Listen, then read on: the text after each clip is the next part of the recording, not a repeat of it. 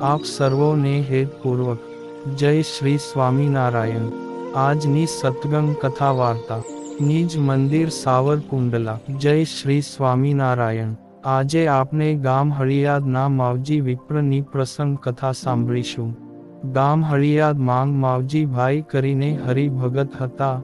તેના ઘરનું માણસ બહુ કુસંગી હતું। બાઈ જ્યારે ભાત લઈને ખેતર જાય ત્યારે માવજી ભગતને હેરાન કરવા સારું ડુંગળીનો ગાંઠિયો મેલીને જાય અને પાણીના ગોળામાં પણ ડુંગળી નાખે। એક વખત ગામના મંદિરે ધર્માનંદ સ્વામી પધાર્યા હતા।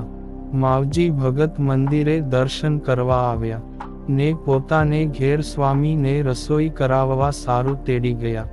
એક ઓરડા માંગ જ્યારે સાધુ રસોઈ કરતા હતા ત્યાં તેની બાઈ આડી જઈને ઊભી રહી ને સાધુને કહ્યું, જે મારો પીટ્યો જ્યાં ત્યાંથી સાધુડાને ઘરે લઈ આવે છે, હું આયા બારને જ ઊભી રહીશ, હવે ક્યાંથી બારા નીકળશો। પોતે મૂંઝાયા ને સંતોને ઉપવાસ ન પડે તે સારું। માવજી ભગતે આવીને બાવડે ઝાલીને તેને ઘરમાં ઘાલી। સાધુ ત્યાંથી સીધું લઈને માવજી ભગતની હારે એની વાડીએ ગયા। ત્યાં મંગાળો કરીને સંતો રોટલા કરતા હતા। ત્યાં વળી બાઈ પહોંચી અને સાધુને કહ્યું, જે એ મારો પીટ્યા મુંડિયા, તમે તો માવજીડાની કેળ ન મૂકી, પણ હું મારા પીટ્યા માવજીડાનું ઘર ભાંગીને જાઉં છું। આમ ભગતના ઘર માંગ કંકાસ જોઈને પરોપકારી એવા ધર્માનંદ સ્વામી એ માવજી ભગતને કહ્યું, જે જા બાઈને પાછી વાળ, અમારા લીધે તમારા ઘર સંસાર માંગ કજીયો થાય એ બરાબર નહીં, અમે તો આ ચાલ્યા। પછી માવજી ભગત જઈને બાઈને પાછી વાળી આવ્યા। સંતો બીજી કોઈ વાડીએ જઈને જમ્યા। સમય જતાં જ્યારે માવજી ભગતને દેહ મેલવાનો સમય થયો ત્યારે તે બોલ્યા કે શ્રીજી મહારાજ મને તેડવા આવ્યા છે અને હું અક્ષરધામમાં જાઉં છું।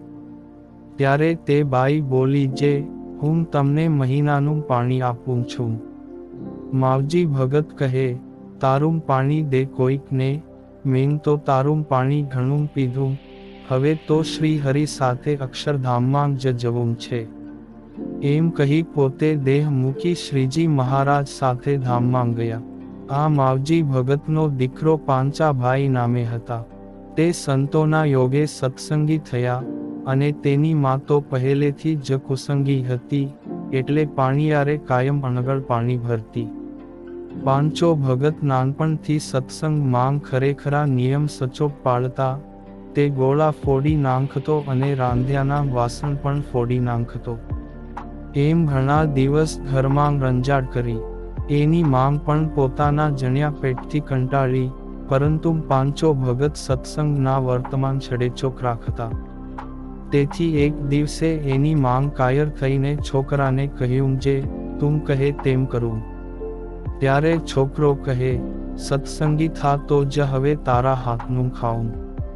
પછી તે બાઈ ગઢપુર આવીને બાઈઓ પાસે વર્તમાન ધારીને સત્સંગી થઈ। પ્રસ્તુત કથા પ્રસંગ સદ્ગુરુ બ્રહ્મચારી શ્રી અક્ષરાનંદ સ્વામીની વાતો માંથી વાંચીને આપની સમક્ષ રજૂ કર્યો છે।